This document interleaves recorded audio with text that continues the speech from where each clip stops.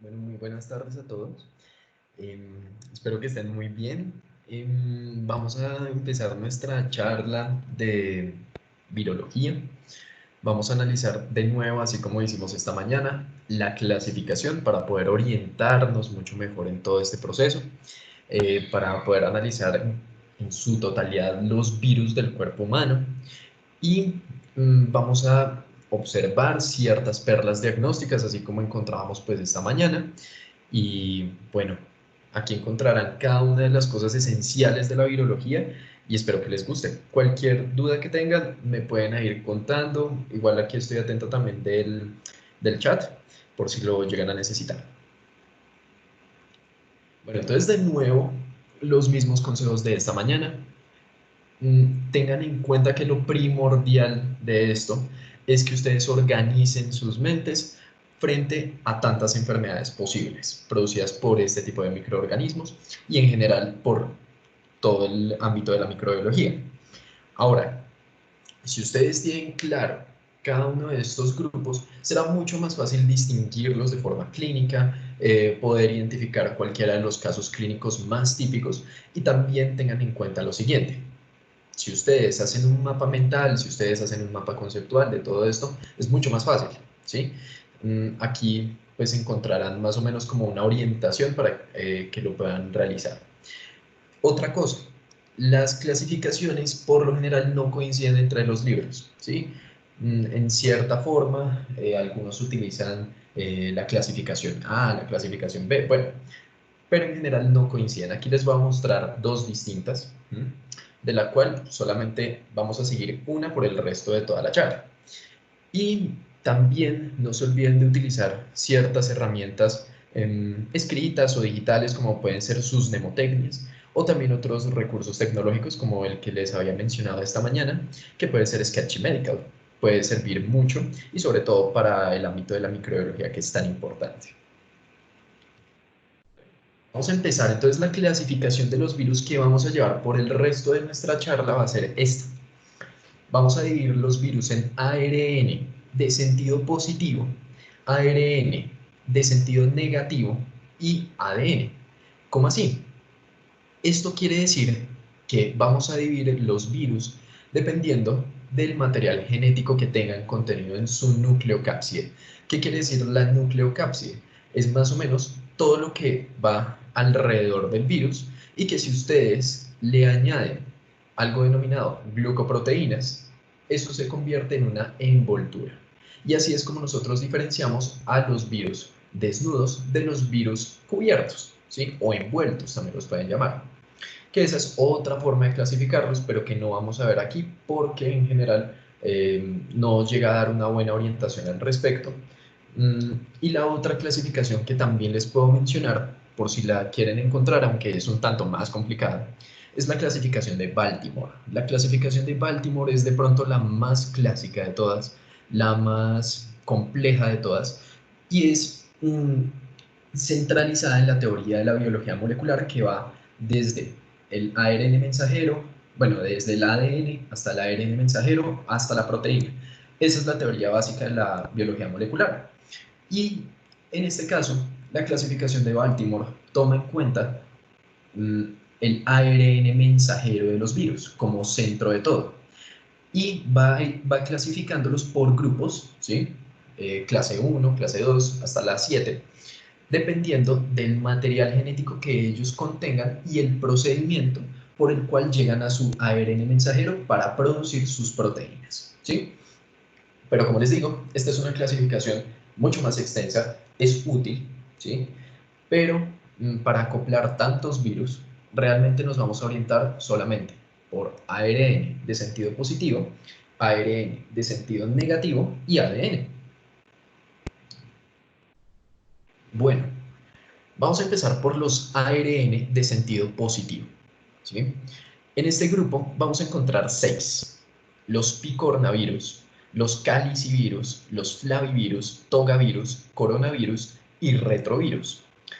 De nuevo, les recuerdo que todo aquello que sea solo nucleocápside quiere decir que es un virus desnudo. Pero si ustedes le añaden a eso como unas cerecitas, ¿sí? Al pastel, son glucoproteínas, eso se convierte en un virus cubierto o envuelto, es distinto.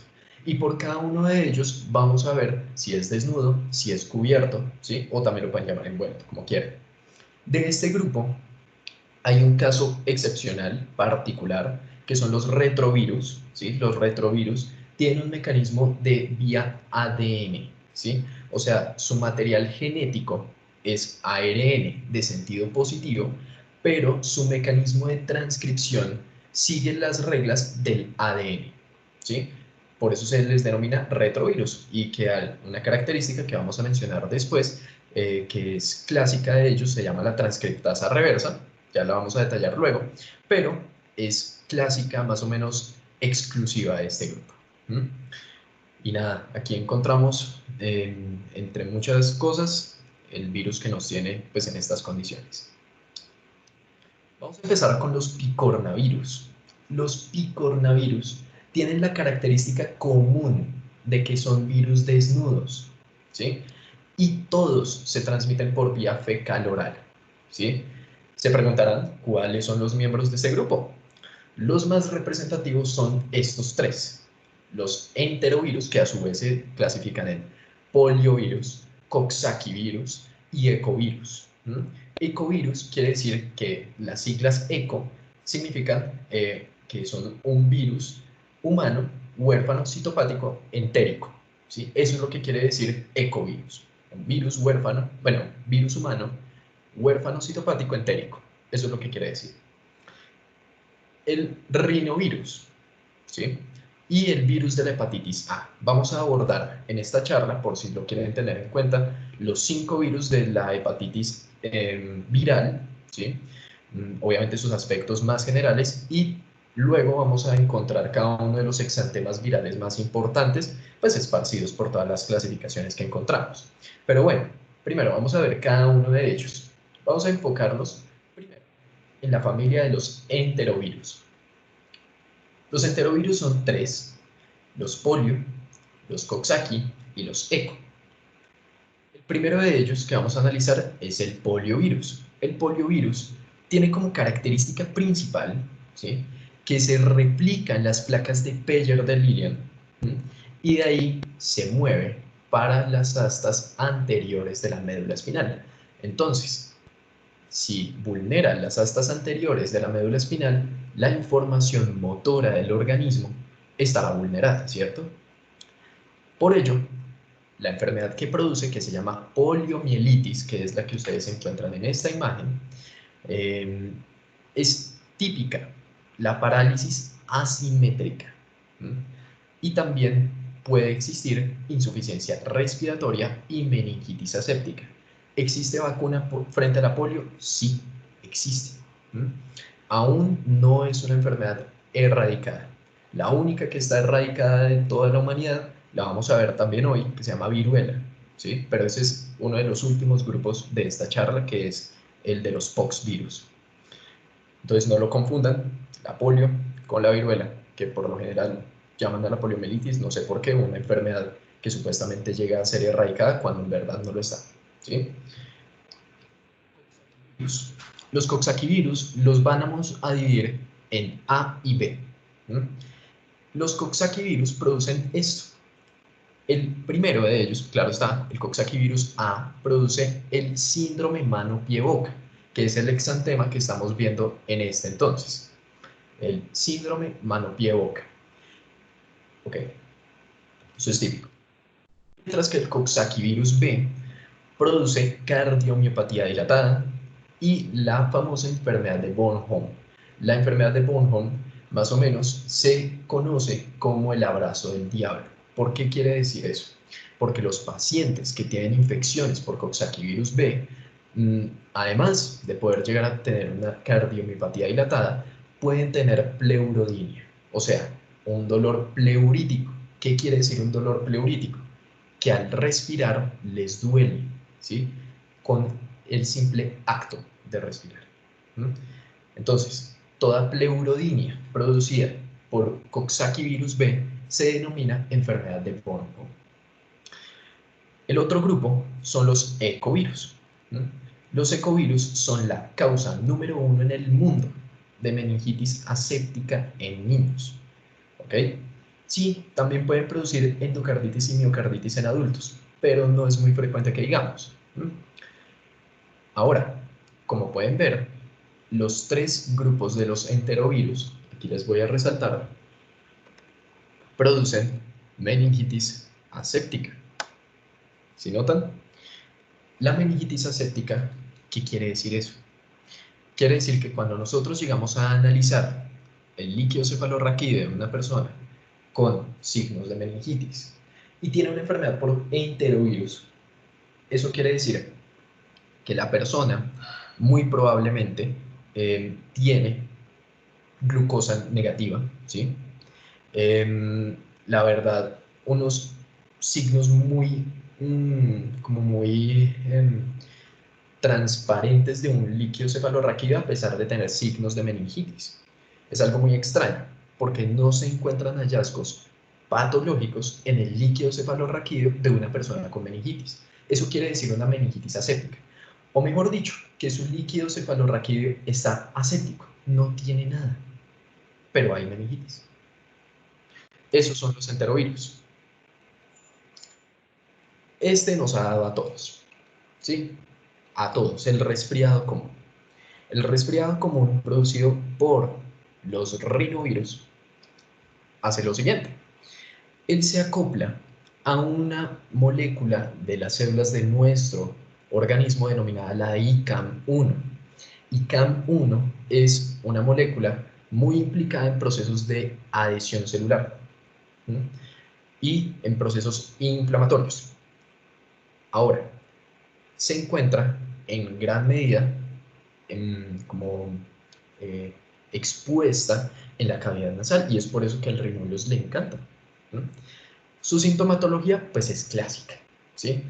Pues un resfriado común, todos los hemos tenido y muy probablemente ahí encontramos pues es que esta imagen es lo típico. ¿En verdad hay tratamiento? No, no lo hay, porque hay muchos virus de este género. Entonces, no existe tratamiento al respecto, a diferencia de lo que podría existir con la polio, ¿sí? Que sí existen vacunas. En el rinovirus no, porque son demasiados y es por eso que no existe vacuna frente al resfriado común y siempre vamos a estar susceptibles a desarrollarlo. El virus de la hepatitis A es muy prevalente en aguas contaminadas de países en vía de desarrollo, incluyéndonos, ¿sí? Pero ojo, eso no quiere decir que los países desarrollados no la tengan. Sí la tienen, pero no en aguas contaminadas, porque pues ellos tienen la capacidad para poder clorar el agua o poder hervir el agua de forma mucho más fácil en poblaciones de riesgo, ¿sí? Que pues allá son menores. Allá su método de transmisión son los mariscos mal cocinados, la hepatitis A. Ojo, para esta enfermedad no existe vacuna, no existe. Pero la enfermedad por lo general es autolimitada. Es más pronunciada en adultos, o sea, generando ictericia, generando vómito. Entonces, el cuadro típico de un paciente con hepatitis A vendría siendo alguien que tomó agua contaminada y no por eso tiene una giardiasis, no, porque tiene ictericia, tiene vómito. Eso es distinto y más aún si se desarrolla de forma aguda, ¿sí? Mm, Eso es lo que nosotros encontramos en un cuadro de hepatitis A. Pero nosotros, ¿cómo lo evitamos? Existen tres formas. La primera es clorando el agua, ¿sí? Los servicios de acueducto deberían hacerlo. Y es por eso que los países desarrollados tienen menor incidencia por agua contaminada de hepatitis A. Hervir el agua. Entonces, por ejemplo, en municipios como, no sé, Cajicá, hervir el agua es necesario porque no tiene como tal una fuente total de cloración de agua. Uno puede estar susceptible a tener en un vaso de agua, en un vaso con agua, hepatitis A. Y es por eso que es necesario hervir el agua. No es que en todos los casos uno esté susceptible, sino que es mejor prevenir. Y la otra es la exposición a radiación ultravioleta, ¿sí? Que eso también es otra forma para que el virus se destruya. Ok, ahora, este virus lo vamos a relacionar con uno que no vamos a volver a hablar después en la charla, y es el de la hepatitis E. ¿Mm? El de la hepatitis E, su clasificación es un tanto extraña, por eso lo quiero poner acá. Entonces, el virus de la hepatitis E tiene un mecanismo similar de transmisión a la hepatitis A, ¿m? Pero es muchísimo, muchísimo, es significativamente más prevalente la hepatitis A que la hepatitis E. Porque la hepatitis E se encuentra sobre todo en México, en India, sí, distribuida por lo general en Asia, mm, y en ciertos países de África Central, ¿sí? Eso es, la verdad, poco prevalente en el mundo, la hepatitis E. Y la otra particularidad es que la hepatitis E es menos contagiosa que la hepatitis A, ¿ok? Mm, si ustedes se acuerdan, la hepatitis A, al ser un miembro de los picornavirus, tiene la característica común de ese grupo, que se transmite vía fecal oral. Entonces es más probable que por una vía fecal oral uno se contamine por hepatitis A que por hepatitis B, porque tienen menor eh, frecuencia de contagio, el virus de la hepatitis E. Eso es lo que es realmente importante del virus de la hepatitis E, y tiene un cuadro muy similar al de la hepatitis A, y lo único diferente son las regiones en las cuales este virus está. Ok, esta es la segunda, entre comillas, familia de los ARN de sentido positivo, los calicivirus. El más importante de los calicivirus se llama el norovirus, o también se llama el virus Norfolk, ¿sí? Es desnudo, es un virus desnudo, o sea, que tiene su nucleocápside y punto, ¿no? Y se encuentra sobre todo en mariscos mal cocinados. Entonces ya llevamos dos cosas que son por mariscos mal cocinados. Encontramos a la hepatitis A en países desarrollados y el virus Norwalk o norovirus. El caso típico es un crucero, o también se encuentra en guarderías. Cuadros diarreicos, acuosos, explosivos, o sea, profusos, muy, muy profusos. Ese es el cuadro típico de un norovirus, y sobre todo tener en cuenta los lugares epidemiológicos donde se presenta, que son por lo general cruceros y guarderías, sobre todo los cruceros. Los flavivirus, otros ARN de sentido positivo. En esta familia, ¿qué no encontramos? Aquí está de todo tipo de enfermedades. Está el virus de la hepatitis C, el dengue, el Zika, la fiebre amarilla y el virus del Nilo Occidental. Esos 5 son los primordiales de los flavivirus. Tienen la característica común de que todos están cubiertos, o sea, todos tienen glucoproteínas añadidas a su nucleocápside. Bueno, encontramos aquí el virus de la hepatitis C. Es un virus de transmisión parenteral, ¿m? Y tiene, ojo a este dato, una altísima posibilidad de hasta un 85% de volverse una enfermedad crónica, por lo que se considera, al ser un virus de hepatitis, o sea, produce un factor de riesgo para cirrosis hepática y hepatocarcinoma. Eso es muy importante. Y lo otro es que, así como teníamos con el caso de los rinovirus, por ejemplo, este virus tiene una alta tasa de variabilidad genética y antigénica. Entonces no se ha podido realizar un método profiláctico efectivo. No existe una vacuna frente a la hepatitis C. Por ese motivo, porque tiene una altísima tasa de variabilidad genética. Entonces hasta ahora llevamos los virus de la hepatitis A, C y E. Hasta ahora. Como pueden ver, todos miembros de los ARN de sentido positivo, exceptuando el virus de la hepatitis E, que tiene una clasificación, la verdad, extraña. Pero por motivos de la charla es conveniente mencionar. El dengue y el Zika. Vamos a tener en cuenta que estas dos enfermedades pueden ser muy confundidas entre sí, junto a otra que no está en este grupo, pero que vamos a ver en esta charla, que es el chikungunya, ¿sí? Vamos a tener esas tres. Y junto a la malaria, que son diagnósticos diferenciales necesarios entre ellos. Toca saber si un paciente tiene dengue, zika, malaria o chikungunya, ¿sí? Y el otro que, si quieren, pueden añadir ahí, es la fiebre amarilla. Tiene ahí 5 diagnósticos diferenciales muy importantes entre sí, porque entre ellos se parecen mucho. Pero existen ciertas cosas que los hacen diferenciar entre cada uno de ellos. El dengue, primero. El dengue también se le conoce como la fiebre quebrantahuesos. ¿Por qué será? Porque produce un dolor musculoesquelético intenso, intensísimo. Unos picos febriles intensos, muy intensos, seguidos de una fase trombocitopénica, en las cuales se genera la mayor tasa de mortalidad de pacientes con dengue, porque no existe tratamiento para el dengue más que cosas sintomáticas. Entonces se debe tener muchísimo cuidado en la segunda fase del dengue, que es la trombocitopénica, que va después de la febril, porque el paciente comienza a desarrollar hemorragias debido a esto, a la trombocitopenia. Entonces comienza a desarrollar petequias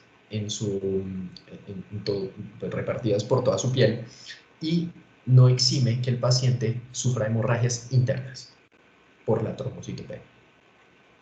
Y también, por ello, puede tener insuficiencia renal. ¿Ok? Por eso, el dengue es característico por su cuadro febril inicial seguido de una fase trombocitopénica. Obviamente, ¿qué sigue de la fase trombocitopénica? Pues la resolución. Si el paciente ya se recuperó, ya. Si sobrevivió a la trombocitopenia, perfecto. Está bien. El segundo, el Zika. El Zika produce un exantema maculopapular pruriginoso, o sea que rasca. Y adicionalmente, tenemos como diferencia entre estas enfermedades que el Zika, además de producir un exantema maculopapular, que a diferencia del dengue, es un exantema petequial, aquí encontramos que el Zika puede tener conjuntivitis, el Zika puede tener artralgia, pero de articulaciones pequeñas como las periféricas, como las de los dedos de los pies, de las manos. Y otra cosa, esta enfermedad, el Zika, se ha considerado en los últimos 5 años como un factor de riesgo para desarrollar síndrome de Guillain-Barré. Eso es muy importante, el virus del Zika. Adicionalmente, puede producir una enfermedad congénita. Si la mamá está infectada por el virus del Zika, él es capaz de atravesar placenta y generar en los niños hidrocefalia. Perdón, microcefalia. Ahí se me fue hidrocefalia, pero es microcefalia. ¿Qué es lo que ustedes encuentran acá en la imagen de la derecha?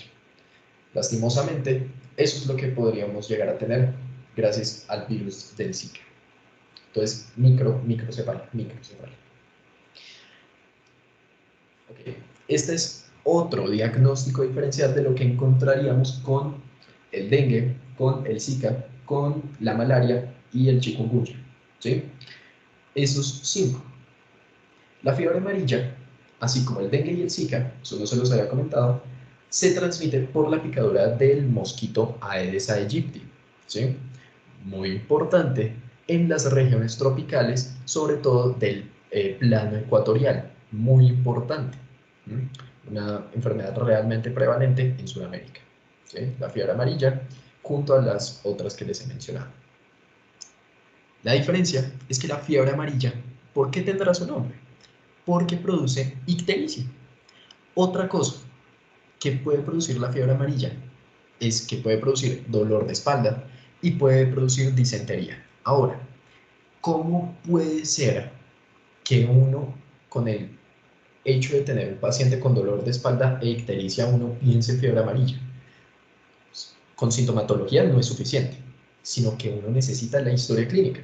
Y entre ese tipo de cosas uno encuentra que, por ejemplo, el paciente tuvo viajes recientes a áreas de riesgo, áreas de todo el plano ecuatorial, sobre todo las tropicales. Entonces, ahí tendríamos como la sospecha de que el paciente tiene fiebre amarilla. ¿Mm? Y sobre todo, si no tuvo el proceso profiláctico anterior a su viaje, lo cual es casi obligatorio para poder realizar un viaje a área tropical aquí en Sudamérica también. Otra, que obviamente no es frecuente por acá, es el virus del Nilo Occidental, pero cabe resaltar que este virus produce meningoencefalitis. También puede producir parálisis flácida y convulsiones. A él le encanta el sistema nervioso, el virus del Nilo Occidental. Sí, puede producir un exantema, pero eso no es lo realmente importante. Lo importante es la implicación nerviosa que tenga el virus. El virus llega hasta esos niveles. Afortunadamente en Colombia no es muy prevalente. Listo. Ahora tenemos otro grupo, los togavirus. Seguimos en ARN de sentido positivo. Muy bien. Los togavirus tienen la característica común de que son cubiertos. Y para que no se olviden, togavirus, ¿por qué viene? Porque toga quiere decir como capa, ¿sí? Como una capa. Y ellos vienen cubiertos, es por eso, que tienen una capa encima de ellos. Los tres más significativos de este grupo son el virus de la encefalitis equina, no muy prevalente en Colombia, más que todo, por ejemplo, en África, hasta en Venezuela, en la encefalitis equina. En la segunda enfermedad es el chikungunya, ¿sí? Esta sí es muy clásica. ¿Por qué? Porque tiene la característica, por ejemplo, del dengue, de producir un episodio febril altísimo, altísimo. Pero a diferencia del dengue, no tiene una fase posterior que vendría siendo la trombocitopénica. Aquí no.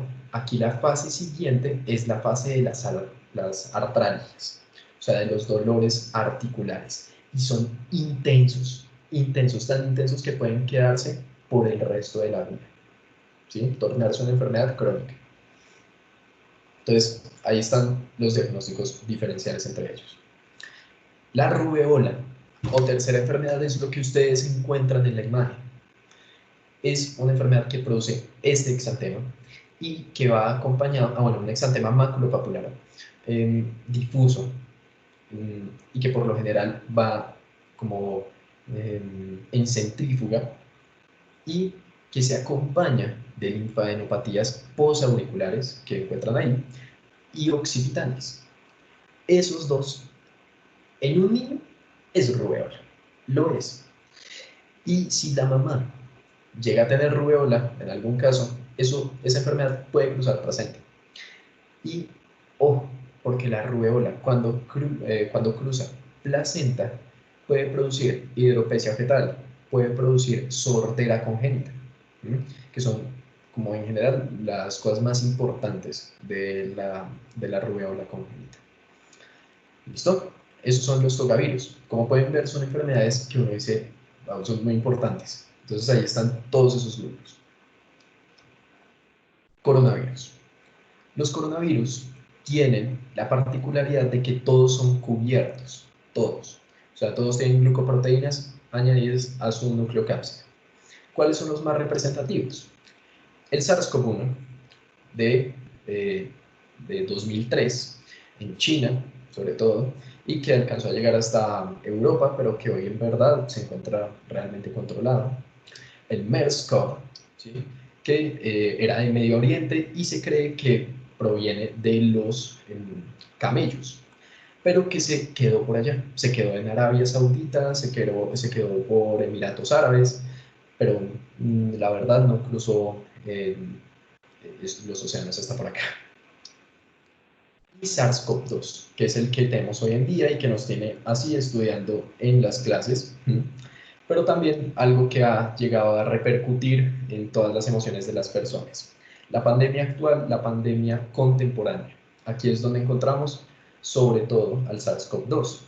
Esta sintomatología nos ha alejado de nuestros amigos, de todo lo que nos hemos llegado a proyectar hasta el momento. En realidad nos ha llegado a afectar a todas las familias, todas las distracciones que nosotros teníamos antes, y en verdad ha sido una pandemia que nos ha llegado a afectar a todos. Entonces, tienen en cuenta, los coronavirus son actualmente el proceso por el cual llega a afectar en su totalidad a la humanidad por su alta tasa de contagio.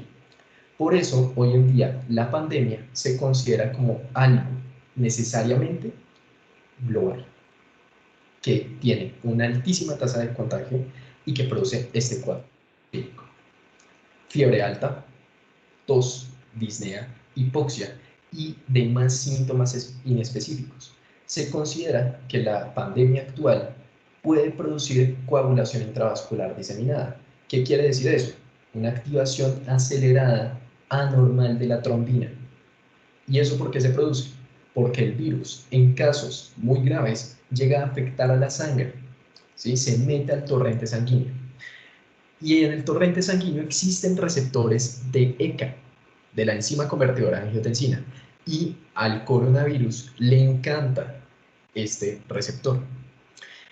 Al pegarse al receptor ECA del endotelio, activa el endotelio. Ese proceso se llama, sí, activación endotelial, y eso lo que produce es disfunción endotelial, llevando a coagulación intravascular diseminada. Esa es hasta ahora la teoría que se tiene del segundo coronavirus SARS, que pues es causante de la enfermedad que nos tiene hoy en día, que es la COVID-19. Y también que hoy en día ninguno de estos, exceptuando el SARS en cierta forma que llegó a ser controlado por algunos fármacos, llegó a, bueno, ninguno de estos tres llegó como tal a ser prevenido por un fármaco o una vacuna hasta el momento. Los retrovirus. En general, los retrovirus son virus cubiertos, y estos son la excepción de todo el parche de los ARN de sentido positivo. ¿Por qué? Porque ellos tienen un mecanismo que funciona como un ARN positivo, pero que dentro de sí tienen una transcriptasa reversa. ¿Qué quiere decir eso? Que no van por el camino común de un ARN, sino que funciona como un ADN. O sea, eso es un proceso rarísimo que ustedes encuentran aquí en la gráfica, que ya los voy a explicar, ¿sí? Entonces vamos a ir uno por uno. Aquí, el ciclo de vida del VIH, ¿sí? Que es el virus más importante de los retrovirus. Primero, encontramos que el virus tiene que acoplarse a receptores de la superficie del linfocito CD4, que es la principal célula infectada por este, además de los macrófagos. También llega a afectar en estadios similares, iniciales, que pena, a los macrófagos. Entonces, esas son las dos principales células afectadas: los macrófagos y los CD4, linfocitos CD4. Ya ahorita miraremos el tema del receptor al que se acopla y demás de los linfocitos TSD4. Cuando este virus llega, se fusiona con la membrana del linfocito CD4, libera su material genético. Y cuando lo libera, ese ARN tiene una transcriptasa reversa. O bueno, aquí la ponen transcriptasa inversa, es la misma cosa. ¿Qué es lo que hace? Coge el ARN y lo convierte en ADN, ¿sí? Eso es lo que hace. Al convertirlo en ADN, nosotros, ¿qué tenemos en nuestras células? ARN en nuestros núcleos, o proteínas en gran medida en nuestros núcleos. No, él se va a aprovechar sobre todo del ADN. Entonces él dice, claro, hago una estrategia muy buena para metérmele al mismo tipo de material genético del linfocito TCD4, que es ADN. Entonces, cuando él llega al núcleo del linfocito TCD4, envía su ADN, ya, porque ya la transcriptasa reversa convirtió el ARN que venía en él, ¿sí? El ARN de sentido positivo, lo convirtió a través de la transcriptasa reversa en ADN y acopla al material genético de la célula este pedazo de ADN que él contiene en sí. Ese proceso se llama la integración y es mediado a partir de una enzima que podemos inhibir con medicamentos, que se llama la integrasa, ¿sí? Entonces, ese pedazo de ADN se acopla al ADN de los linfocitos T CD4. Listo, entonces ya quedó hecho, ¿sí? Porque ahí comienza a transcribir y a sacar virus en forma, hasta que ellos se acumulan tanto en el citoplasma del linfocito TCD4 que estalla. Y por eso es que es tan importante que tengan en cuenta que los linfocitos TCD4 se reducen en cantidad en esta enfermedad, en el VIH. Y es por eso, porque más o menos la fábrica de virus para el VIH son los TCD4, los linfocitos TCD4. ¿Cuáles son las manifestaciones clínicas típicas del VIH? Bueno, del SIDA. En el SIDA se encuentra en los periodos iniciales un cuadro gripal, literalmente gripal, acompañado en cierta medida con linfadenopatías que no siempre están, pero un dolor de garganta, un cuadro gripal normal, es porque se bajaron un poquito los TCD4 y ya. Entonces, por ese momento en el que quedó el cuerpo tan vulnerable, es más, es una gráfica muy similar a esta en la cual venían unos niveles constantes de TCD4 y luego descienden y luego se recuperan en cierta forma hasta que caen definitivamente. Esa es la gráfica del SIDA. En esta fase inicial, cuando cae mucho el tema de los TCD4, ahí es cuando se desarrolla ese cuadro gripal hasta que existe ese proceso en el que hay como una reconstitución inmune, ¿sí? Ahora, esta fase de meseta en la cual más o menos los TCD4 quedan como ahí frente al virus, eso se llama el periodo de latencia. Y en el periodo de latencia el paciente se puede demorar de 5 a 10 años, hasta que los TCD4 dicen perdimos la batalla muchachos y nos fuimos para abajo. Y cuando se van para abajo los linfocitos TCD4, infecciones de todo lo que quieran. O sea, lastimosamente, esta enfermedad deja al paciente totalmente vulnerable frente a lo que sea, frente a todo tipo de infecciones, tumores, lo que sea. ¿No? Por lo general, ustedes pueden llegar a ver el pato, por ejemplo, que casi la gran mayoría de todas las enfermedades tienen como factor de riesgo la inmunodeficiencia. Y esta es una causa de inmunodeficiencia. Y bueno, este es el material genético del, del VIH, en el cual encontramos ciertas cadenas perdón, ciertos pares de aminoácidos, perdón, de ácidos nucleicos que llegan a formar todos estos conglomerados de materiales, en los cuales están codificados materiales como glucoproteínas, que las más famosas son GP120 y GP41, aquí las encontramos, que están codificadas en el gen de la envoltura. ¿Sí ven? Entonces, todos estos materiales adicionalmente tienen los componentes de la polimerasa, ¿sí? Y demás. El material genético del VIH es este. ¿Mm? Ahora, frente a qué enfermedades el paciente puede quedar vulnerable, frente a todas estas, ¿sí? Son enfermedades que pues en realidad aquí solamente se mencionan las infecciosas, o sea, las enfermedades oportunistas, pero no se enuncian, por ejemplo, los tumores, ¿sí? Los tumores, uno de los más importantes, vienen siendo el linfoma de linfocitos B grandes, ¿sí? Son muy importantes. Bueno, no sé, creo que tenía una manita levantada. Ahí sí. Mm, Hola Andrés, ¿cómo estás? Ahí, si quieres ¿Cómo estás, hablar. Pacho? ¿Qué más? Bien, ¿Cómo va? bien, ¿Cómo va bien, todo? muchas gracias. Súper, súper, súper. Pacho, una preguntita. ¿Puedes ir a la diapositiva anterior que quiero preguntar una cosita? Ahí está. Sí, Ok, vale, una pregunta, listas. Pachito. Cuando tú dices que el material genético per se del VIH está codificado en las GP120 y 141, o sea, ¿te refieres a las proteínas accesorias? Bueno, pues ahí como tal a las glucoproteínas que se encuentran en la envoltura Ah, ok. del virus. Ah, ok, eso era lo que yo quería comentarte como dato curioso. Ajá. Em, Cuando nosotros estamos hablando de material viral replicativo, es decir, toda la, todo el gen que codifica todo el ciclo de vida del HIV, nos tenemos que concentrar más que todo en el POL, en el Ok, derivado de la polimerasa. Esa es como la cadena de aminoácidos que codifica todos los genes que permiten la replicación per se del virus. Porque pues, perfecto. si tú estás ahí hablando, por ejemplo, de PROT es la proteasa, por ejemplo, Ujú. la P51 es la, Sí, de la la integrasa, por transcriptasa ejemplo, aquí está. inversa, exacto.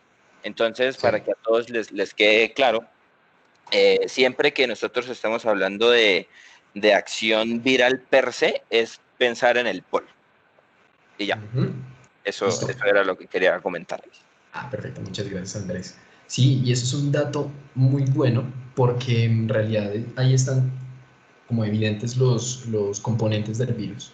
Eh, en realidad todos los funcionales, como bien decía Andrés, están en el POL y las glucoproteínas, por eso son GP, glucoproteína, están en el gen ENV de la envoltura. Y bueno, aquí están las enfermedades oportunistas que pueden generar. En definitiva, son demasiadas. Las más representativas vienen siendo la tuberculosis, vienen siendo el Pneumocystis jirovecii, vienen siendo la toxoplasmosis, la candidiasis esofágica, el Cryptosporidium que vimos esta mañana, el Cryptococcus neoformans, que es un hongo, el citomegalovirus que vamos a ver hoy. Sí, y demás tumores que también se pueden encontrar. Y también esta condición del SIDA hace propenso a que existen ciertos microorganismos que también son en cierta medida oportunistas, pero que producen algunos tipos de tumores que, bueno, ahí encontramos, por ejemplo, al virus del herpes tipo 8 produciendo el sarcoma de Kaposi. Eso también es muy importante que también vamos a ver hoy en el caso del SIDA, que los pacientes también quedan muy vulnerables frente a esto. Vale. Y esto es otra cosa adicional frente a cuáles correceptores son los de la vía de entrada del VIH. En estadios iniciales, sobre todo, llega a acoplarse al correceptor CCR5, que es un correceptor del famoso CD4, que es el que le da el nombre al linfocito T. Y en estadios un tanto más avanzados, aunque en general esto es simultáneo, un proceso simultáneo, en, en gran medida en los estadios avanzados llega a vulnerar el CXCR4.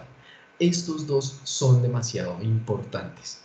Ahí los encontramos. También existen ciertos medicamentos que pueden llegar hasta estos blancos terapéuticos.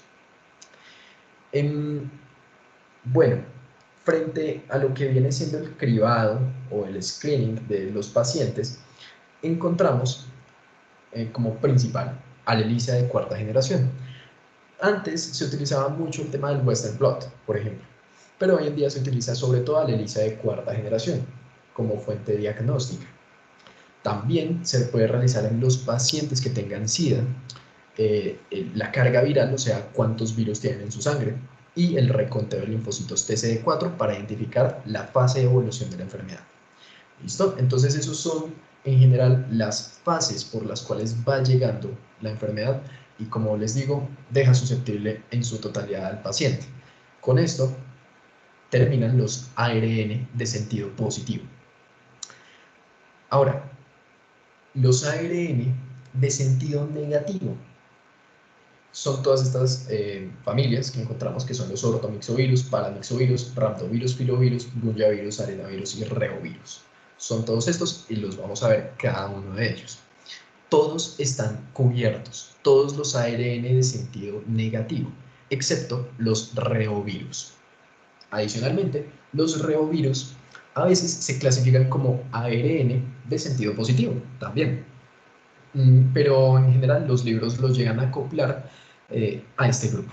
¿Vale? En la imagen encontramos al virus del ébola, que vamos a ver en la familia de los filovirus. Ortomixovirus. Los ortomixovirus en general se pueden definir por el virus de la influenza. El virus de la influenza es este que encontramos aquí. Más específicamente, esta imagen es del H1N1. Este se transmite por gotas y tiene un alto proceso, o sea, súper complejo, de reordenamiento antigénico.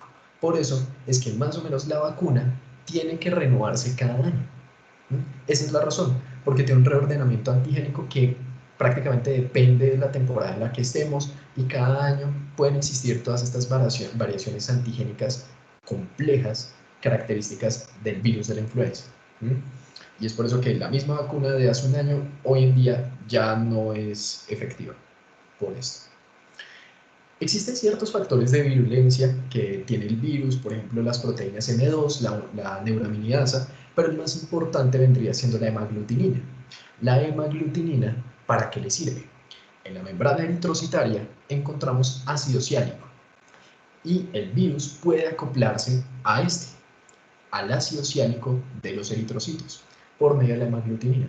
Eso es un factor de virulencia. Ahora, en casos complicados, la influenza puede llegar, sí, a desarrollar su neumonía, pero a sobreinfectarse con Staphylococcus aureus. Son enfermedades demasiado complejas, sobre todo en niños también, y en personas adultos mayores. Adicionalmente, en estos cuadros gripales de influenza en niños está contraindicado el uso de aspirina porque induce el síndrome de hepatopatía y encefalopatía de Raynaud. Es muy importante tener eso en cuenta, que la aspirina está contraindicada en niños con influenza. Está totalmente contraindicada. Y en general en ciertos procesos gripales adicionales. Los paramyxovirus son un grupo muy extenso. En ellos encontramos al virus del sarampión, al virus de las paperas, al virus sincitial respiratorio y al virus de la parainfluenza. Primero, todos se transmiten por gotas, absolutamente todos. El primero de ellos, el sarampión. El sarampión también se llama primera enfermedad. La primera enfermedad se caracteriza por las 4C. Es una mnemotecnia que se utiliza.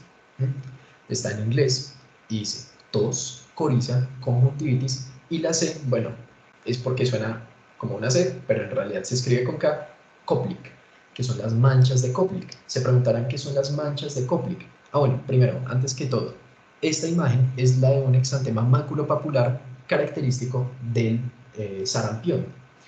Bueno, si ustedes la comparan con, no sé, la rubeola también puede verse parecida. La diferencia es cómo ellos van generando su patrón de distribución. En el caso del sarampión, inicia, por ejemplo, a nivel nucal, ¿sí? Y de ahí comienza a descender para abajo. Por lo general, se le describe como un exantema en regadera. Así se le menciona al exantema del sarampión.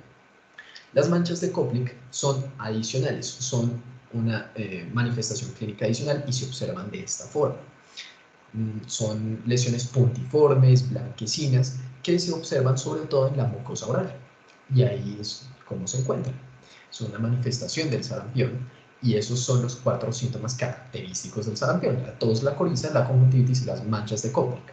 O mejor dicho, las 4C. Existen complicaciones muy importantes del sarampión.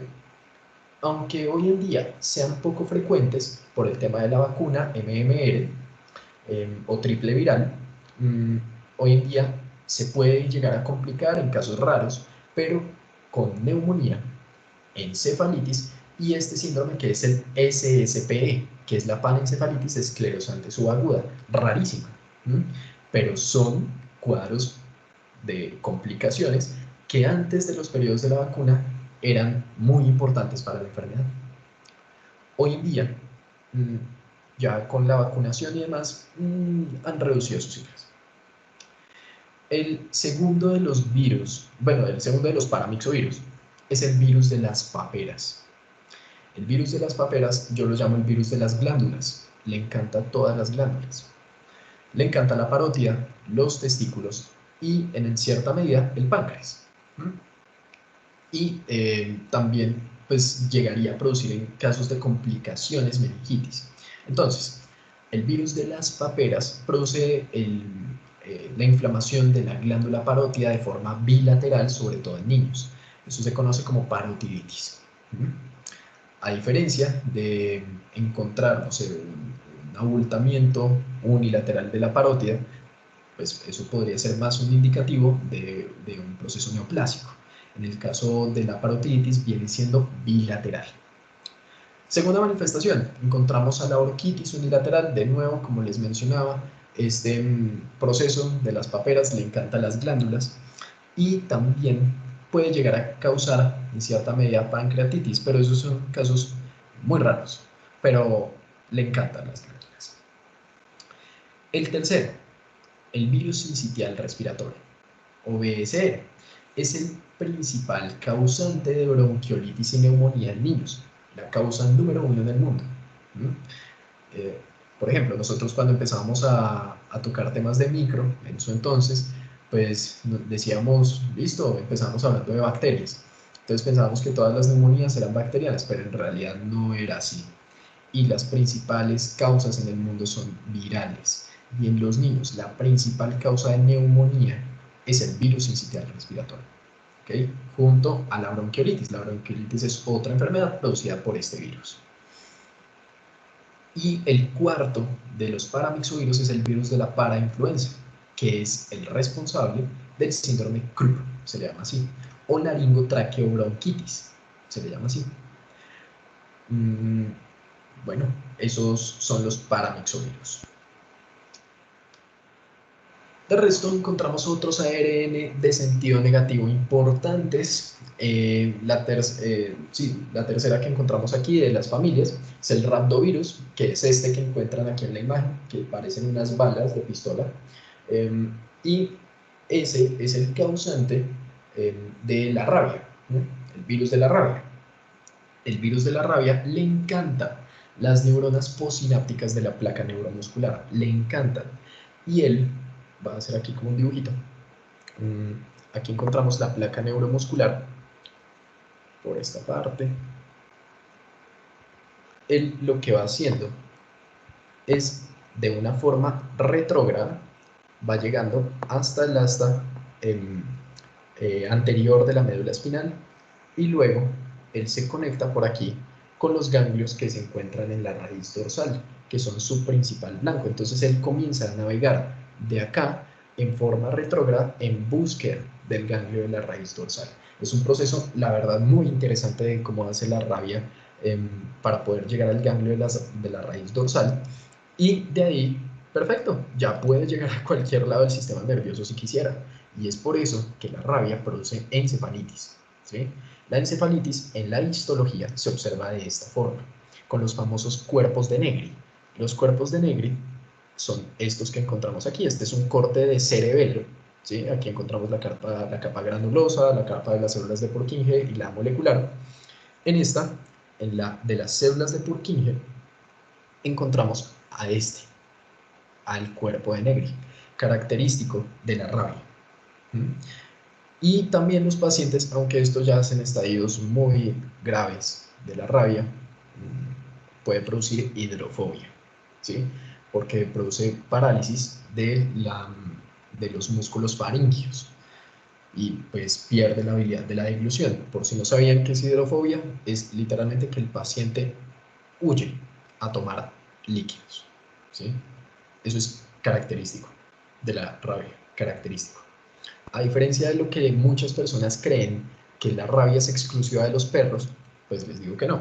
Los principales reservorios de este virus son los murciélagos, los zorros y los roedores. Los perros están ahí en la lista, sí, pero los principales son esos. ¿Quién lo diría? El otro grupo de los ARN de sentido negativo son los filovirus. El más importante es el virus del ébola. El virus del ébola produce un exantema petequial, ¿sí? Como causa de una fiebre hemorrágica intensa y que es tan mortal esta enfermedad que no da ni siquiera el chance para que el paciente pueda infectar a muchos. Imagínense. Esa gran cantidad de hemorragia sumada a una fiebre altísima induce a que el cuerpo no pueda vivir. Entonces se induce falla multiorgánica con choque hipovolémico. Bueno, y esto también se cree que los reservorios de esta enfermedad del ébola también son los murciélagos, pero llegan a transmitirse por medio de los monos. Estos son otros, las tres familias restantes de los ARN negativos, los bunyavirus. Los bunyavirus son poco endémicos en Colombia junto a los arenavirus, pero los menciono aquí. Mientras tanto, los bunyavirus, los más importantes son los hantavirus, que producen fiebre hemorrágica y les encanta el riñón, por eso producen azoemia prerrenal. Los arenavirus son más prevalentes en África, por ejemplo la fiebre de Lassa, son más importantes dependiendo de su sitio epidemiológico, pero el que sí tenemos aquí en Colombia es el reovirus, cuyo representante es el rotavirus, y se preguntarán, ¿esa imagen qué tiene que ver? Si ustedes han escuchado un comercial de televisión que es esta vaquita cantando la canción de las vacunas, ella menciona que es muy esencial darle la vacunación al niño del rotavirus. Entonces, préstenle cuidado ahí a la canción si la vuelven a escuchar por televisión. Y la manifestación clínica característica del rotavirus es diarrea, ¿sí? Diarrea secretora en niños. Es la principal causa. Entonces, los parásitos sí producen diarrea, pero no son la principal causa de diarrea en el mundo, ¿sí? La principal causa de diarrea en el mundo, y sobre todo en niños, son los rotavirus.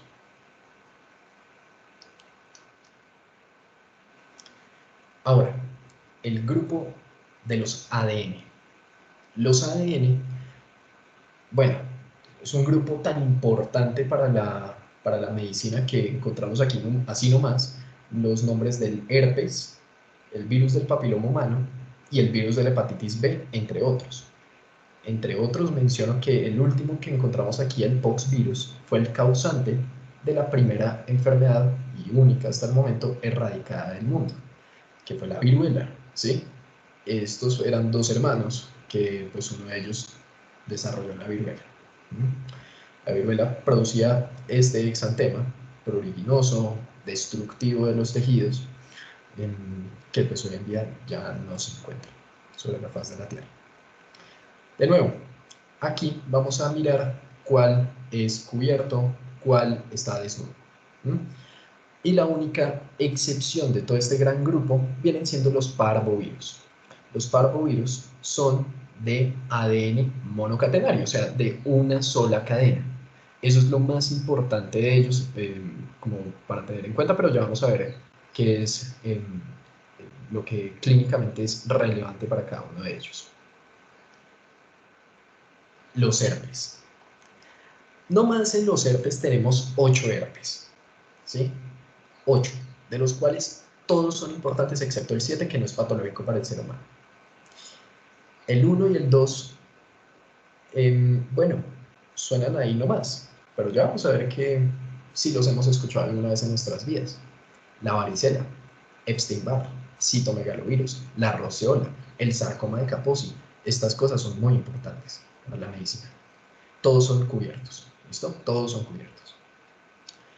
Primero, vamos a ir pues desglosando la enfermedad de los herpes. La primera, el primer integrante de la familia son los herpes virus tipo 1. Son los causantes del famoso herpes labial, el que se trata con aciclovir, ¿sí? El herpes labial. Ese también tiene la manifestación clínica de generar queratoconjuntivitis, ¿sí? Ojo, no son la principal causa de conjuntivitis viral en el mundo. Ya la vamos a ver, que son los adenovirus. Otras cosas, el panadizo herpético. El panadizo herpético es que se forman lesiones vesiculares en el dedo y que se observan, sobre todo, ¿quién lo diría?, en el grupo epidemiológico de los odontólogos. Los odontólogos están en riesgo de generar infección por herpes tipo 1 por estar en contacto con la boca de sus pacientes y pues sin querer llegaron a estar infectados por por este agente etiológico, generando el panadizo herpético. Otra cosa que genera es un exantema vesícula ampolloso. Ojo, no es el más importante de los herpes, pero se podría decir que el más importante de los exantemas de los herpes viene siendo la varicela, que ahorita lo vamos a ver. Pero hay uno que sí es muy importante y es el eritema multiforme. El eritema multiforme lo puede producir el herpes tipo 1, ¿sí? También es un exantema poco frecuente, pero, como les digo, es importante por este grupo del tipo 1. Pero si lo quieren ver de esta forma, ¿por qué es tan importante el tipo 1? Porque produce el herpes labial y también es la principal causa en el mundo de encefalitis súbita. O sea, que la persona llegue a tener un cuadro de encefalitis tan pronto como se infectó. ¿Quién lo diría? Y afecta el lóbulo temporal, ¿sí? Sobre todo. Después de una infección por herpes virus tipo 1, el paciente queda en riesgo de generar neuralgia posherpética, porque queda latente en el ganglio del trigémino, ¿sí? Y al quedar latente en el ganglio del trigémino, de ahí puede coger para la rama B1, PAV2 o PAV3. Está en toda la troncal. Entonces, si coge para B1, dejó a la persona ciega. Si cogió para B2 o AB3, genera el dolor más intenso que pueda tener una persona, que es la neuralgia posherpética de la rama del trigémino. Es terrible. Pero no es la principal causa de neuralgia posherpética. Ya la vamos a ver. Herpes tipo 2. Causante del herpes genital, ¿sí? Y de meningitis aséptica, pero acuérdense, es más importante el tema de los enterovirus en meningitis aséptica. Este virus característico por el herpes genital y punto, ¿sí? Entonces tenemos el tipo 1, herpes labial, el tipo 2, herpes genital. Y los dos, si quisiéramos hacer, por ejemplo, un raspado de las células epiteliales de estas regiones afectadas, se encuentran inclusiones celulares del virus, que se conocen como los cuerpos de Cowdrey, ¿sí? Esos son, en general, lo más importante de los herpes tipo 1 y tipo 2. Y ojo, ambos cruzan placenta. El tercer miembro de la familia de los herpes es el tipo 3, o virus de la varicela. La varicela es un exantema vesícula ampolloso, difuso, pruriginoso. Y también la varicela, en casos de complicaciones, puede producir neumonía, sobre todo en los adultos. Si un adulto no ha sido vacunado contra la varicela y nunca le ha dado, tiene un riesgo mayor, mucho mayor que un niño para generar neumonía por varicela. Ojo a eso es muy importante. La varicela también puede cruzar placenta. Pero lo más importante de la varicela es que después de haber tenido varicela, ojo, después de que una persona se infectó por varicela, queda en todo el riesgo de generar el famoso herpes zóster, ¿sí? ¿Cómo es el asunto ahí? O sea, ¿cuál es? Porque hay mucha gente que de pronto llega a confundirse entre varicela zóster y el herpes zóster. La varicela zóster es la enfermedad del exantema vesícula ampolloso típico de niños, que si se desarrolla en adultos se puede desarrollar neumonía y todo eso, ¿sí? Pero la enfermedad quedó resuelta, ¿sí? Pero el virus puede ser tan inteligente como para quedarse en el cuerpo humano de forma latente. ¿En dónde? En los ganglios de la raíz dorsal. Y de ahí él puede coger para cualquier lado del sistema nervioso. Pero a él no le gusta el cerebro, él dice, no, encefalitis, ¿para qué? No. Él le gusta el tema de los dermatomas torácicos, sobre todo. Y genera pues, la neuralgia posherpética distribuida por dermatomas. Ese es el herpes zóster, la reactivación del virus después de haber estado latente. Entonces, si ustedes han escuchado que existe una vacuna frente a varicela y una vacuna frente a herpes zóster, es lo siguiente. La vacuna frente a la varicela previene la expresión de la enfermedad vesícula ampollosa producida por el virus herpes tipo 3. pero la vacuna del herpes zóster previene la reactivación del virus en personas que tuvieron la infección por varicela. Eso es el objetivo y no se deben confundir entre sí, ¿ok? Eso es muy importante que lo tengan en cuenta. Bueno, esos son, por ahora, 3 herpes distintos. El herpes tipo 4 y 5, vamos a analizarlos. Entonces, el 4 también es el famoso virus de Epstein-Barr, ¿sí? Y el 5 es el famoso citomegalovirus. El Epstein-Barr se transmite por gotas, ¿sí? Y se puede transmitir hasta por un beso. Ahora, ¿qué puede producir? Puede producir, sí, fiebre, un cuadro en específico, por ahí, pero en las enfermedades más importantes y sobre todo en personas inmunodeficientes, pueden producir lo siguiente. Pueden producir leucoplasia oral, o sea, que se arme una placa blanquecina en la lengua. Eso es, una leucoplasia oral o en cualquier lado de la mucosa oral. Linfadenopatías, que pues eso es también en específico. Hepatosplenomegalia. Entonces, si fusionamos linfadenopatías con hepatosplenomegalia, es muy probable que la persona tenga este nivel. Ahí tienes, eso es como una suma más o menos. O bueno, al menos es lo más probable. Linfadenopatías con hepatosplenomegalia, es muy probable que esta persona tenga Epstein-Barr. Pero, ojo, produce factor de riesgo para 3 tipos de cáncer: el linfoma Hodgkin, el linfoma de Burkitt y el carcinoma nasofaríngeo. Son esos 3 los más importantes. Linfoma de Burkitt, sobre todo en niños. Faringoamigdalitis. Esta enfermedad producida por Epstein-Barr es muy importante. ¿Por qué?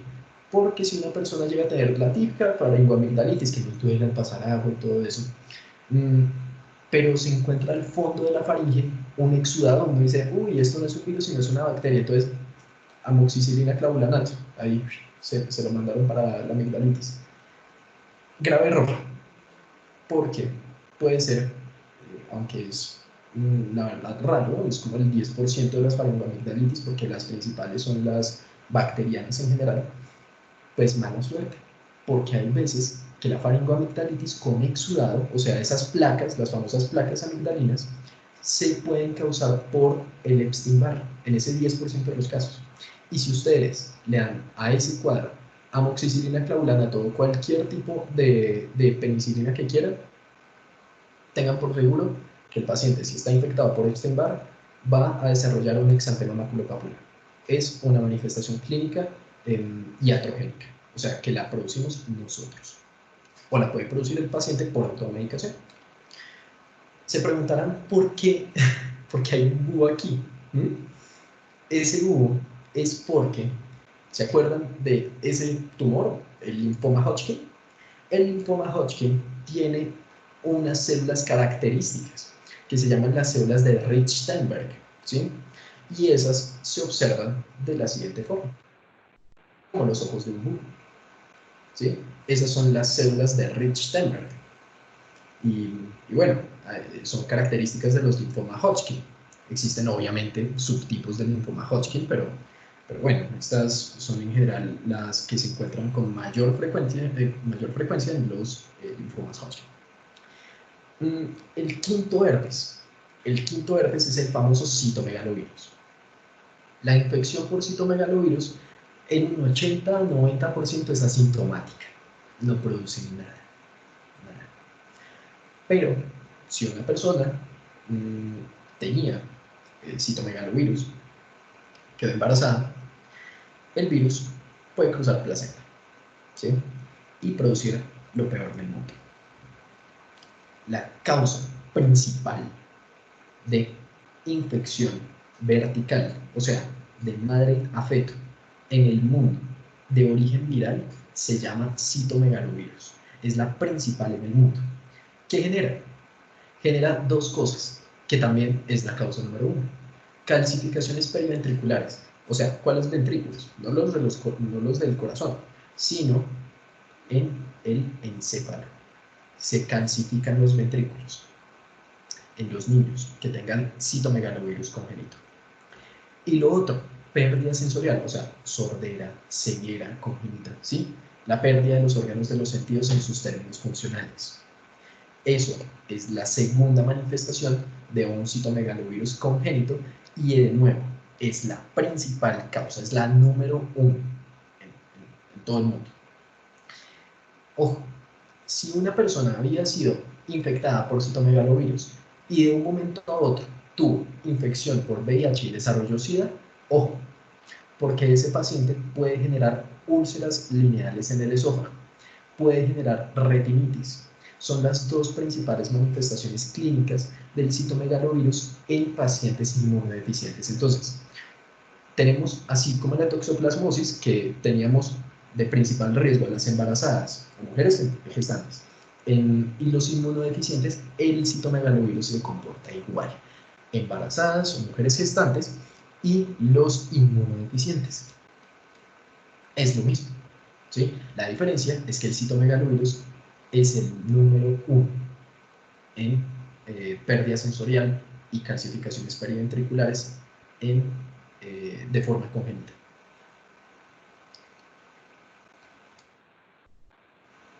Los otros herpes. El herpes virus tipo 6, o virus de la rociola, exantema súbito o sexta enfermedad. Esta cosa tiene 3 nombres, o sea, imagínense. De pronto, hay veces que dicen que uno se puede aprender esta enfermedad de la siguiente forma. Pues es herpes virus tipo 6. Al ser el 6, produce la sexta enfermedad, ¿sí? Eso es como la mnemotecnia. Y la otra, 6 en inglés es six. Y si ustedes lo ponen aquí, Rossicxiola. También lo ponen así como en algunos libros de mnemotecnias para medicina, que lo pueden aprender de esta forma. Rossicxiola. O simplemente que el herpes virus tipo 6 produce la sexta enfermedad. Pero si les preguntan qué es sexta enfermedad, pues tienen que saber qué es la rociola, ¿sí? El cuadro típico. Esto no se puede olvidar nunca. El cuadro típico de la rociola es lo siguiente. Un niño de 3 a 5 años, que se infectó por el virus, herpes virus tipo 6. Desarrolló un pico febril altísimo, y desarrolló un exantema, ¿sí? Que por lo general es maculopapular, que respeta la cara. ¿Cómo así? O sea, que puede encontrarse en el pecho, en los brazos, en las piernas, en los pies, en todo lado, pero en la cara, ¿quién lo diría? No lo afecta. Entonces, el cuadro típico de la rociola es una fiebre altísima acompañada de un exantema que respeta la cara en niños, pero ojo a esto, la fiebre se acaba a los 4 días. Es ley de la rociola, es ley. Ese es el cuadro clínico típico de la rociola. Una fiebre altísima acompañada de un exantema que respeta la cara y se acaba a los 4 días. Esa es la rociola. Como el pico de fiebre es altísimo, pues entonces eso es lo malo, ¿sí? Los niños tienen que ser controlados en ese entonces, tienen que controlarse su fiebre. Y el otro, acuérdense que el herpes virus tipo 7 no es relevante para el ser humano, entonces vamos de 1 al 8. El 8 produce esto que ven en la imagen, que se llama el sarcoma de Kaposi. El sarcoma de Kaposi se desarrolla en personas inmunodeficientes sobre todo, o también en cierta medida en grupos epidemiológicos certeros, sobre todo en el continente africano, ¿sí? El sarcoma de Kaposi. Ahora, el sarcoma de Kaposi, su principal localización no es esta que encontramos aquí como las encías de la persona, no. Realmente la localización más frecuente es el paladar duro. También hay imágenes que muestran que el sarcoma de Kaposi está en las extremidades, sí, pero no es la localización más frecuente. La más frecuente es el paladar duro, el sarcoma de Kaposi, producido por herpes virus tipo 6 en inmunodeficientes. Otro que es importantísimo, el virus del papiloma humano. El virus del papiloma humano, todos, ¿sí? Porque son muchísimos, es un grupo como de 30 virus, pero los más relevantes son los que les voy a mencionar a continuación, todos son desnudos, todos. Los 4 más importantes de los papilomavirus o virus del papiloma humano son el 6, el 11, el 16 y el 18. Los primeros dos, o sea, el 6 y el 11, se relacionan sobre todo a condiloma acuminado, que es una enfermedad que se desarrolla sobre todo en el ano, ¿sí? Y que genera unas pequeñas bolsitas que son los condilomas, ¿sí? Condilomas acuminados. Um, y los otros son los 16 y 18, que esos son los graves, ¿sí? Entonces es como ir en grado de mortalidad realmente, si lo quieren poner entre comillas. Y es que el 6 y el 11 pues no son tan graves como los 16 y 18, que son ya grandes, ¿sí? Son grandes escalas. ¿Por qué? Porque los 16 y 18 son factores de riesgo para todo tipo de cáncer anogenital, todo, el cáncer de cuello uterino, por ejemplo, el cáncer escamocelular de ano, y el carcinoma orofaringio, ¿sí? A diferencia de lo que sucedía, por ejemplo, con el de Epstein-Barr, que era el carcinoma nasofaringio, en el caso del virus del papiloma humano que encontramos, el 16 y el 18, relacionados con carcinoma orofaringio, orofaringio. Y esto es lo que uno encuentra, por ejemplo, en una citología, los coilocitos, que son células eh, feas comparadas a las epiteliales normales de un cuello uterino, por ejemplo.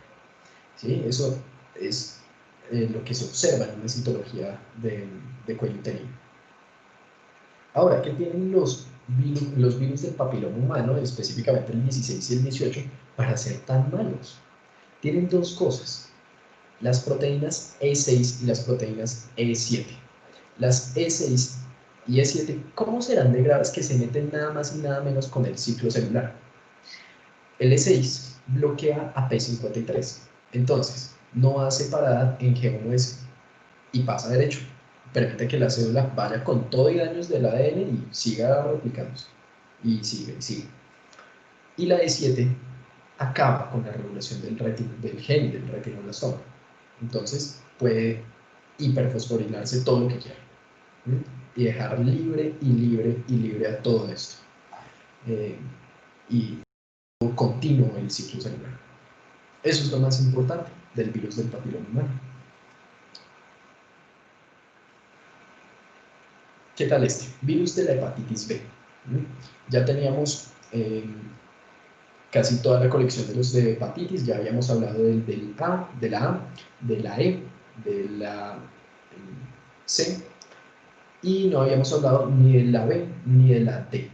Aquí encontramos al virus de la hepatitis B, y aquí dejo como anunciado el tema del D, porque ambos son muy relacionados entre sí. El virus de la hepatitis B, si ustedes quieren estudiar este tema de virología, desde la clasificación de Baltimore, que fue la primera que mostré por allá al inicio de la charla, es el más importante de la clasificación 7 de Baltimore, que quiere decir que el virus tiene un ADN de composición inversa, o mejor dicho, un ADN reverso.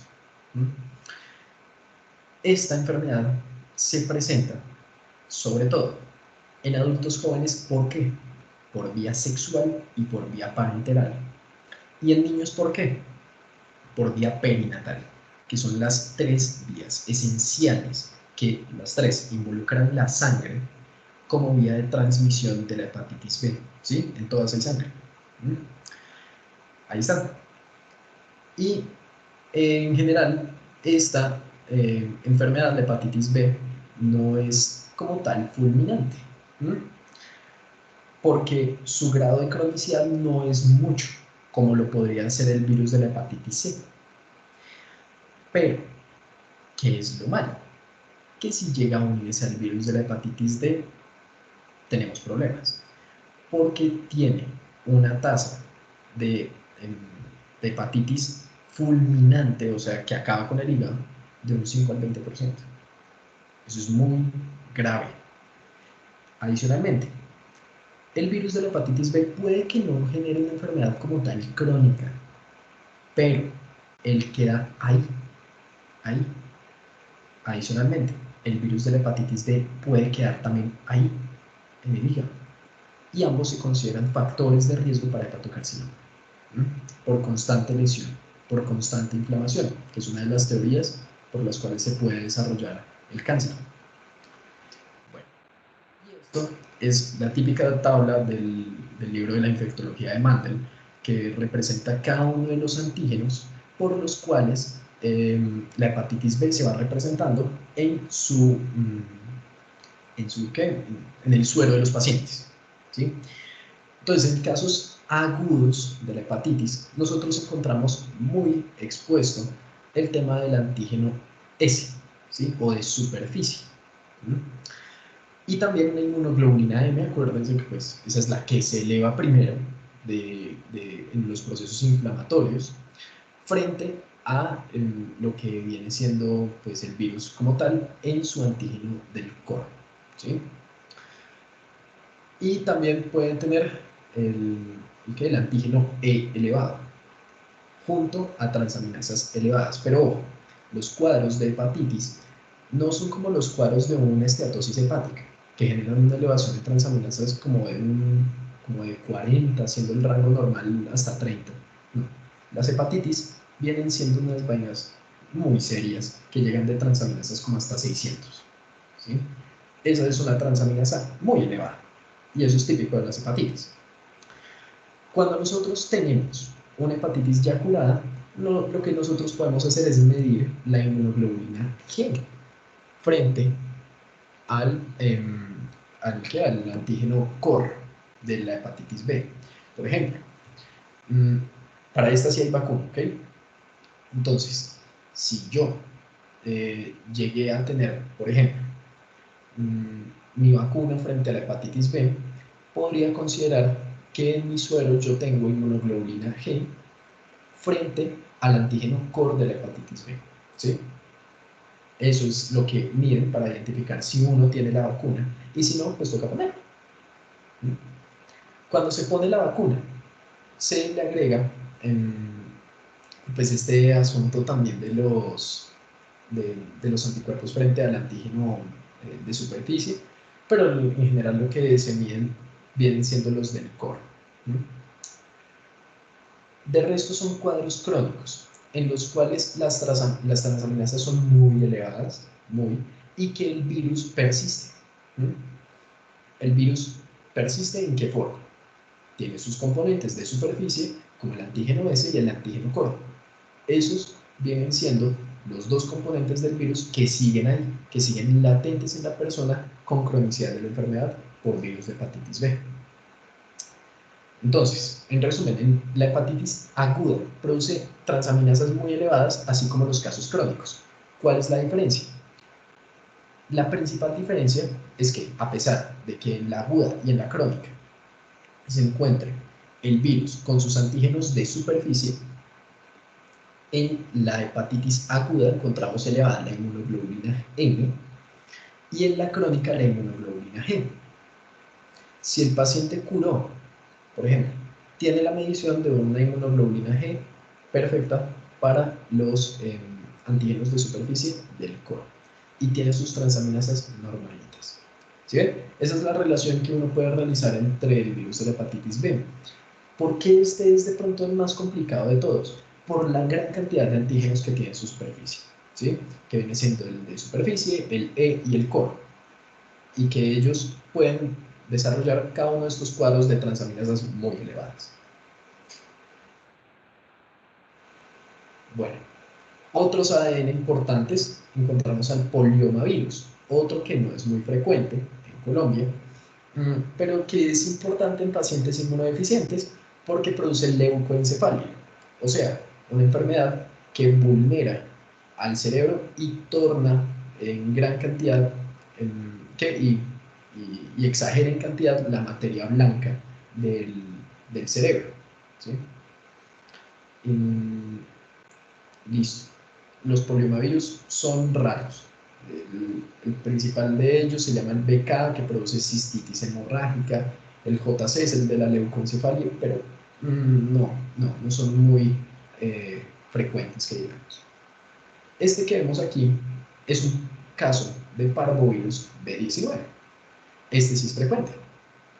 Es un virus desnudo, el cual se transmite por gotas y produce este eritema, ¿sí? eritema que lo llaman el exantema de la cachetada, ¿m? que da esta región en los niños, por lo general, que ya vamos a ver que esta enfermedad le puede dar a los adultos también, que queda con este eritema, ¿sí? Y por eso lo llaman el exantema de la cachetada, ¿sí? A pesar de que sea un eritema. El eritema se llama el eritema infeccioso, o parvovirosis humana también lo llaman, o la quinta enfermedad, simplemente. Así como en niños, con esta manifestación se da en adultos. Y en adultos puede producir artritis, algo muy inespecífico.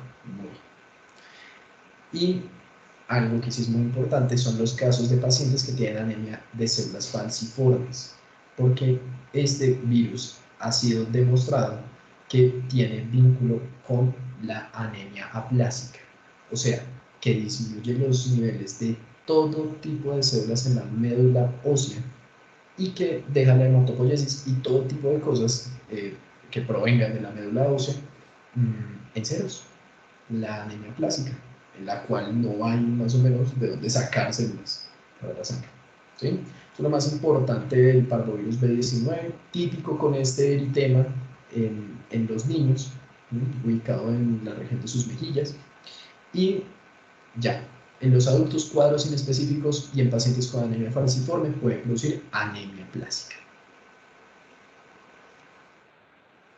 Otros ADN importantes, de nuevo, encontramos ahora a los adenovirus. Los adenovirus, esos son bien importantes y también porque cualquiera de nosotros lo pudo haber tenido en algún momento de su vida. Porque es el principal causante de la amigdalitis o faringoamigdalitis viral, los adenovirus. Las personas que se encuentren, por ejemplo, en piscinas públicas o también los niños, son poblaciones de riesgo para tener infección por adenovirus. Y por lo general, estas personas generan conjuntivitis y son la principal causa de conjuntivitis viral en el mundo, los adenovirus. También pueden producir cuadros de cistitis hemorrágica, pero bueno, ya esos son otro tipo de situaciones que la verdad pues, son poco frecuentes. Pero en general los adenovirus se resumen en que pueden producir como causa número 1 la faringoamigdalitis viral y la conjuntivitis viral. Y los poxvirus. Los poxvirus son dos. El que erradicamos por el resto de nuestras vidas, o al menos hasta ahora, que es el virus de la viruela, causante de la enfermedad que lleva el nombre del virus. ¿Sí? Y este que se encuentra actualmente erradicado en la humanidad. Y ustedes dirán, bueno, ¿y esta imagen de qué es? Esta imagen no es de viruela. La viruela es la enfermedad totalmente destructiva que vieron al inicio de los ADN, que estaba en la foto de los dos hermanos, que es la foto histórica de la viruela. Esto se llama el molusco contagioso. El molusco contagioso es la segunda enfermedad producida por los poxvirus, que no ha sido erradicada, claro está, y es producida por los moluscopoxvirus, ¿sí? Y sobre todo se encuentra también en la población infantil, en la población de jóvenes adultos, se encuentra en esas poblaciones de riesgo el molusco contagioso. Bueno, esta fue nuestra charla de virus. De nuevo, recalcarles que tengan una organización mental de todas estas enfermedades que hemos llegado a ver hasta ahorita, que ojalá les haya servido mucho esta charla para organizar de pronto sus ideas, ver lo más clave de cada enfermedad, de todas las manifestaciones clínicas. Ahorita, por términos claros de la charla, no abordamos temas de tratamiento porque los tratamientos requieren conocer mucho más de la virología humana y ver pues toda esta gran cantidad de temas que ya tenemos por el momento es pertinente, suficiente. Con todo esto, les agradezco mucho por haber estado en las dos charlas, si estuvieron en esta y demás. Y no se olviden, en la actualidad todo el mundo se cree experto en virus, todos. Entonces vayan allá y hagan la diferencia, que ustedes ya saben todo esto que les acabo de comentar. Espero que les haya gustado. Les voy a revisar Aquí creo que tenían manitas levantadas. A ver, sí, creo que sí. No los veo. Sí, sí, sí, sí. Ya vi aquí tu manita levantada. Joana, cuéntame. Hola, una pregunta. ¿Los Sí, claro. calicivirus, norovirus tienen, o sea, son cubiertos, tienen envoltura? No, ellos son desnudos. Ah, era solo eso. Listo, Gracias. listo. Dale. Bueno, no sé si tengan otra duda de pronto. Bueno, en general, espero que les haya gustado mucho, que hayan repasado todo lo que quieran de los temas de microbiología. Voy a proponer para que en una próxima ocasión pues, nos podamos ver de pronto para el tema de hongos o de la bacteriología, que son temas que también me apasionan mucho. Pero bueno, lo ideal es que hayan comprendido estos temas, que les haya gustado. Para las personas que estén en semestres superiores, además de cuarto, también espero que les haya servido para repasar todo esto y listo, les agradezco mucho. Que estén muy bien.